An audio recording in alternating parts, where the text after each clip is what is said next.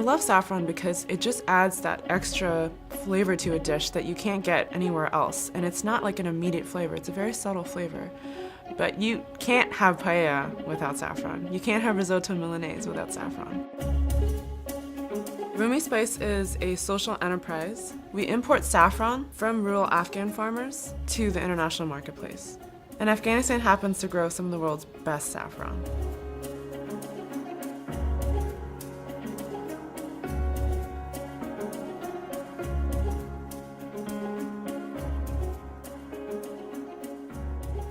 Rumi Spice was founded by a group of veterans who have all served in Afghanistan. We really believe that the way to a sustainable future for Afghanistan is through economic empowerment of the Afghan people.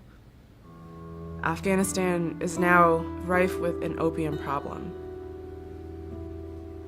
Saffron is the best way for Afghan farmers to help avoid the problem of poppy and opium and the influence that the Taliban has on these farmers. I spent 4 years in the Marine Corps. I was an infantryman. I spent the fall of 2010 and the spring of 2011 in Helmand Province, Afghanistan. When we got to Afghanistan in September, the only thing growing at the time was marijuana.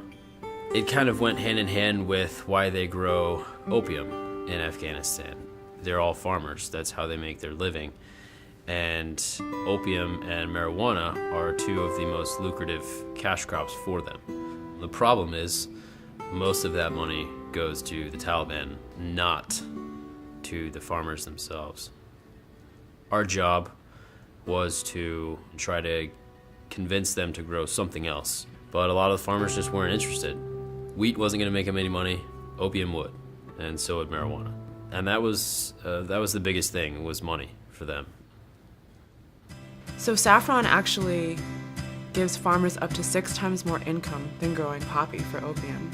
And so it's a viable alternative for an income source for farmers and their families. We source directly from these farmers who we know. We know every single one of them. We know their families, we know where they live. And it's because we have people on the ground who work with the farmers on a daily basis. We've only been in operation for about a year, but Rumi Spice, because of what we've sold so far, has now doubled the production of saffron from our farmers. So they're actually planning on growing twice as much saffron than they did this past year. And that's amazing, in just 1 year.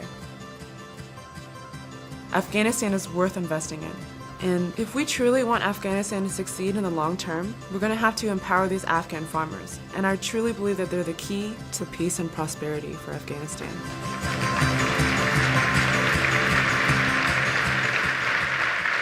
I want to thank you guys so much for having me here. At first, when I got a request to speak at GE, I was like, why would they want to hear from me?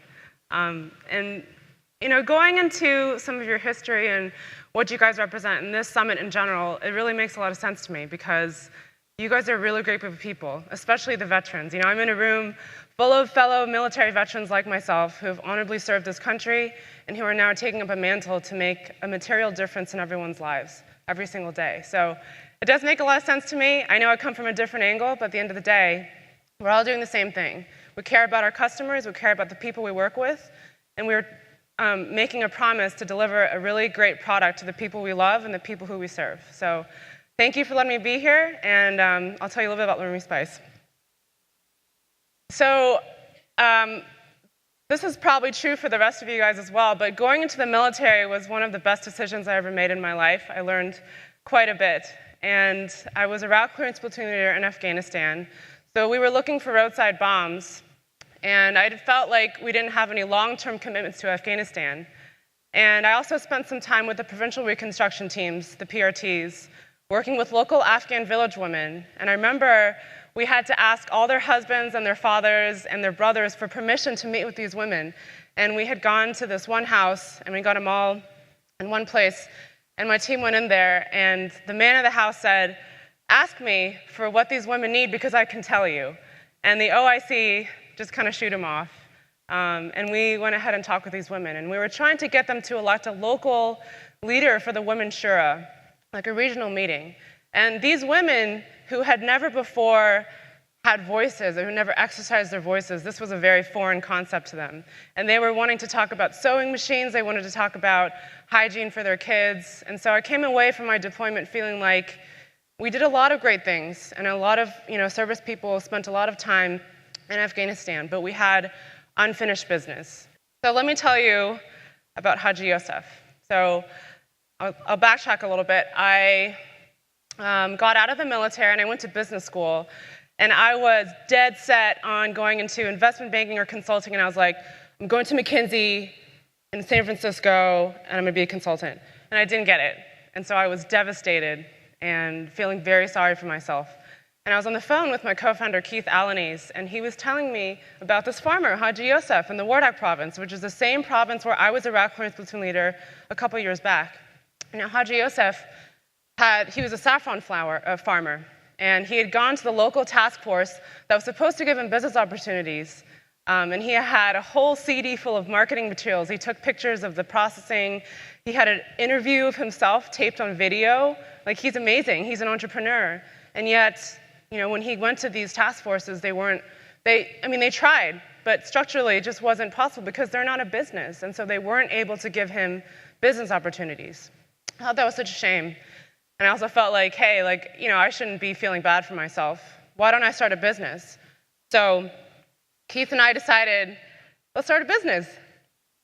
And I bought myself a ticket to Afghanistan, and I took my entrepreneurship professor at HBS with me, and he was a photographer, so that's why he wanted to go. It was very kind of an ad hoc in the beginning, but it was a first huge leap. So I met with these Afghan farmers in the Herat province and the Wardak province, and some of them were so Pashto that they don't shake my hand because I'm a woman, but that's okay, because it's business. And at the end of the day, I give them money and they gave me saffron, and I remember it came in this cardboard box wrapped in string, which is just amazing. And I was thinking, this is exactly where I need to be. I need to help these farmers market their product, package it the right way, bring it to the right people in the United States, and this is what I want to do. So it's grown a lot since then. And we are now in Whole Foods through Frontier. Zagat just came out with the top 10 restaurants. We're in 3 of them, and hopefully 6. And we are now 5% of Afghanistan's total saffron production. We have a processing facility that I'm going to very soon to help with the harvest. The saffron harvest is coming year. 50 Afghan women are being hired in our facilities. We're aiming for 100. And so we're on our way moving forward. And I have a really great team of people doing this with me. Most of them are military vets. So I'm going to pause here and ask, how many of you guys actually know what saffron is? Raise your hands. Okay, great. It's actually quite a few. And how many of you guys cook with saffron? Okay. What do you cook it with? Paella. There you go. So it's in paella. It's in risotto as well, and it works really well with rice. So saffron is actually the stigmas of the crocus flower, and there's 3 stigmas per flower, and it has to be hand-picked and dried, which is why it's so expensive, and people think it's so inaccessible, but it's absolutely, especially good saffron goes such a long way. You only need a few strands to really elevate a dish. And Afghanistan happens to grow some of the best saffron in the whole world. You need 175,000 flowers to make 1 kilo of saffron. So let me talk a little bit about Afghanistan. We've spent over $27 billion in aid money alone in Afghanistan, and that doesn't include DoD money at all. And what do we have to show for that? 36% of the Afghan population is below the poverty line. That's the Afghan poverty line, not the US poverty line. And as you guys know, opium was an all-time high in Afghanistan in 2014. So I think we've done a lot of really great groundwork in Afghanistan, but again, I think we have a lot more work left to do, and I think business is the answer, and it's that last mile. And I think we really need to focus on farmers because, Afghanistan is 80% rural population, and I don't think we've been spending enough time with our farmers, who are the bread and the salt of Afghanistan. So why saffron? It grows really well in Afghanistan. It gives immediate impact to the farmers' incomes. I will say that the average annual income for farmers is $500 per household per year, And when Rumi Spice bought 2 kilograms per farmer at $2,000 per kilo, it was 8 times their average annual incomes, which is amazing. Our farmer network is 11 farmers this year, and it's 34 this coming year, and we hope to grow it to even more than that. As you know, Afghanistan has kind of a logistics problem. Saffron has a very high value to weight ratio. It's much easier to get out than the other goods that come out of Afghanistan. So here is the most recent pictures of my farmers in Afghanistan. I'm going to be seeing them very soon. They're boasting to their friends and their family and their community that they're able to sell their saffron internationally to the world market. And I think that's a really big step towards reintegrating Afghanistan to the international economy. So I've been tasked with sharing some of the leadership lessons that I've learned with you guys. And I will caveat this by saying that all of you have been in combat, you guys have run through adversity, and you have probably more to teach about leadership than I can tell you. So I'm only going to be able to tell you what I can tell you from my own limited experience. Great group of people here. I can absolutely feel the power in this room, and I'm glad to be part of it. So my first lesson that I learned is that human beings are more powerful and more valuable than just the mechanics. And all of you guys know this already. So on the bottom left, there's a picture, on the bottom too, both the left and the right, there's a picture of a deployment that I did when I was in New York. It was kind of crazy. A couple years ago, I was deployed to New York for Hurricane Sandy relief. I was part of the Corps of Engineers disaster relief. And I remember being in Battery Park, New York, and all the skyscrapers it was so creepy. Like there was no lights, the whole financial district, nothing. No people, no power, dark. And there was these 2 little trailers for the Corps of Engineers where we were working out of. And I got to witness a group of really talented and dedicated people take out millions of gallons of water out of all the subways and the tunnels in New York City. And they were able to do this in 2 short weeks. And they were able to get the city back up. And so what I could have took from this was, in the beginning I felt really small looking at these skyscrapers, as small as a human being and small as a human civilization, right? But at the end of the day, 2 weeks later, a group of people worked really hard and got all back up to speed, and we just kept going. To me, that's a very powerful story. And I will also say that Keith Alaniz, my co-founder, was the other battle captain there, and that's when I really got a chance to know him. And 2 years later, we started a business. So, here we talk a lot about hiring decisions. Hiring is so important. And making sure that you have the right people on your team with the right values, who have the same risk tolerance as you, who are willing to face adversity and run through it with you, that is absolutely invaluable. And then with the right team in place, you're able to take on any challenge. And so I found the right co-founder in Keith.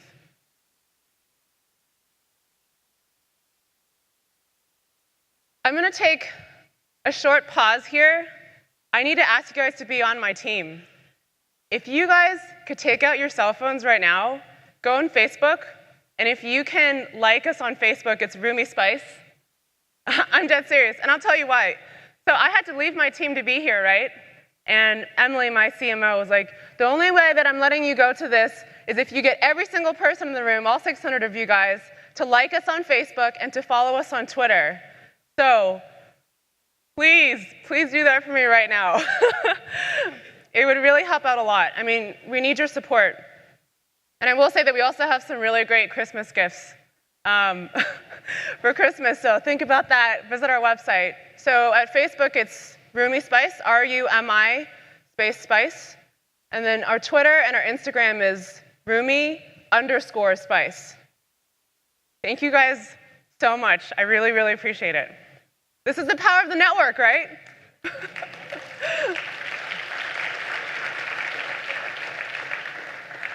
So I want to also say that the early seed round for Rumi Spice, we were backed by a bunch of angel investors, and they are a group of military veterans. That's also very, very powerful. I also want to give a shout out to the Pat Tillman Foundation. They're the ones who allow me and a bunch of other scholars who are military veterans and spouses to be able to go to school, to pursue their passions, and serve their communities. So thank you so much to the Pat Tillman Foundation. I hope you guys can check them out, either get involved or donate, or if you're wanting to go back to school, or the really great program to apply to, Pat Tillman Foundation. Service to School is another great organization of vets who are helping other vets get into school. So when I was applying to Harvard, I reached out to Service to School, and I had a bunch of veterans interview me, look at my resume, my essays, all of that, which I know that is close to you guys' heart and helping other veterans. So if you know people who are looking to go into school, or actually even just applying for jobs like in GE, I think Service to School is absolutely a great network to plug people into. So saying thanks. Showing your appreciation is always underappreciated, right? I lost some really good people this summer, and it was because I did not show my appreciation the way that I meant to, and it still weighs on me. When people are working 16 hours a day, and you know that you're also working 16 hours a day, and you feel like it's implied, that there's an implied thank you. There's no implied thank you. You should absolutely be saying thank you every single day. I will mention that Emily, my CMO, she's currently in Chicago in the back of the yard somewhere wearing a hairnet and gloves, sifting through saffron or posting flyers to get job offers from people, or to get jobs to people to work with. And it's not a glamorous job, and I get to be here with you guys on this stage talking to you about Rumi Spice. But both of us have jobs to do, and it's really important for you to recognize every single job that someone on your team is doing and to make sure that they feel celebrated about it, and to also just simply say thank you.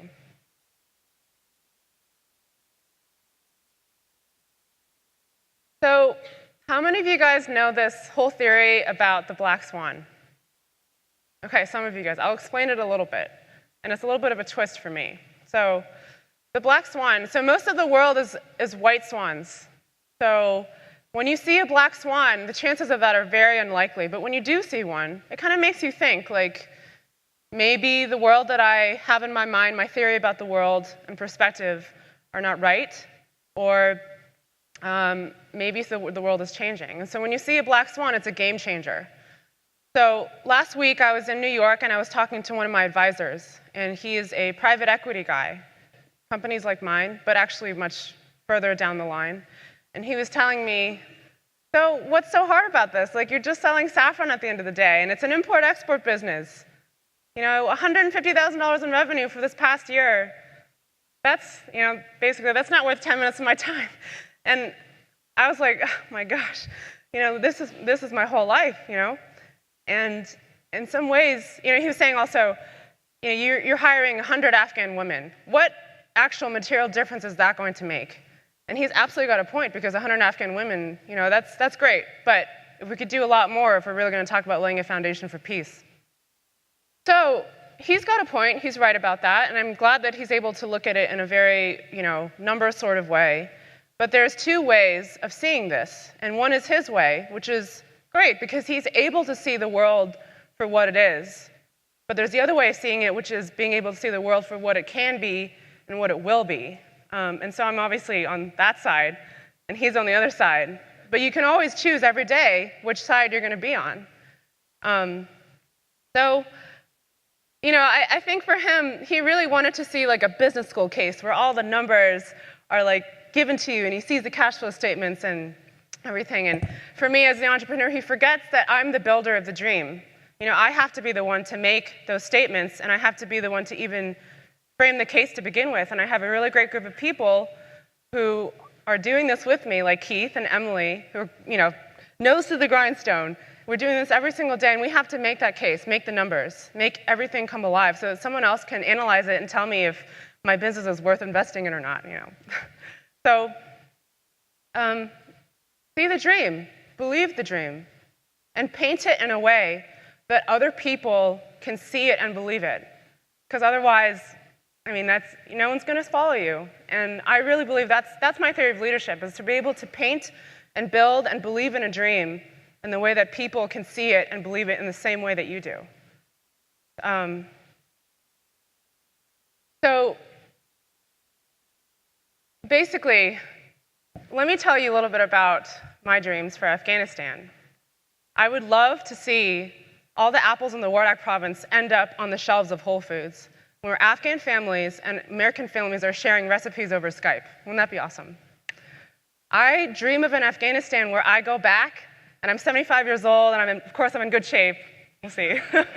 And I'm taking my sons and my daughters backpacking through the Hindu Kush, and I'm waking up to the smell of intelligentsia coffee and Kunduz. I mean, that would be awesome. I dream of an Afghanistan where there's Afghan men who are not forced by economic hardship to turn to IED making and emplacing so that they can, attack poor RCP patrols like mine when I was deployed. And instead, they're studying for the bar, and they're going to apply for investment banking or private equity jobs to replace the likes of the PE guy. That'd be great. So that's the dream that I'm building towards, and I can't do it alone. Rumi Spice can't do it alone. And just imagine if there were hundreds of businesses like ours doing the same thing. We'd be solving all the logistical problems, all the microfinance problems, the electrical grid, all these problems we have in Afghanistan, if business were doing this. So if GE were to help me somehow, that would be fantastic. And I invite all of you guys, if you have any ideas for me, if you want to help out, please reach out. Especially you guys, especially as veterans who have committed their lives to honorably serving this country and who have also spent time in Afghanistan. I mean, we have an unfinished job to do. So, be the black swan. Be a builder of dreams. Make shit happen. Gather a really great group of people around you. Leverage the network. I have to say that you guys are in a very enviable position. You guys are in a wonderful company, GE, that has a ton of resources, that really cares about your development, that has this whole Veterans Networking Summit for you guys to be able to do these things and empower you. This, to me, means that you are in a wonderful company, and that it is not just a duty for you, but an obligation for you to take up this mantle and do something with it. Because if I had all this, I would definitely try to do as much as I could. So, be really thankful for where you are and pay it forward. So I'll leave you guys with something that was asked of me when I was in business school that I ask myself every single morning. And it is, what will you do with your one wild and precious life? Thank you.